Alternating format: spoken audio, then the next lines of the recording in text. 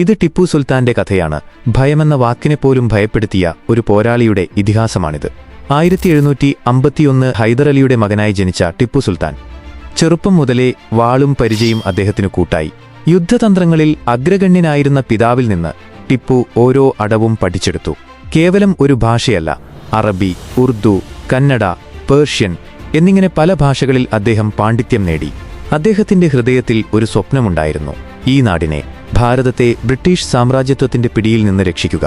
അതിനുവേണ്ടി ടിപ്പു പടവാളുകൾക്ക് മാത്രമല്ല, പുതിയ കണ്ടുപിടുത്തങ്ങൾക്കും മൂർച്ച നൽകി. ഇന്ത്യയിൽ ആദ്യമായി യുദ്ധത്തിൽ റോക്കറ്റ് സാങ്കേതികവിദ്യ ഉപയോഗിച്ചത് ടിപ്പു സുൽത്താനാണ്. 6 പതിറ്റാണ്ടുകൾ കഴിഞ്ഞിട്ടും ആ റോക്കറ്റുകൾ ബ്രിട്ടീഷ് സൈന്യത്തിന് പേടി സ്വപ്നമായിരുന്നു.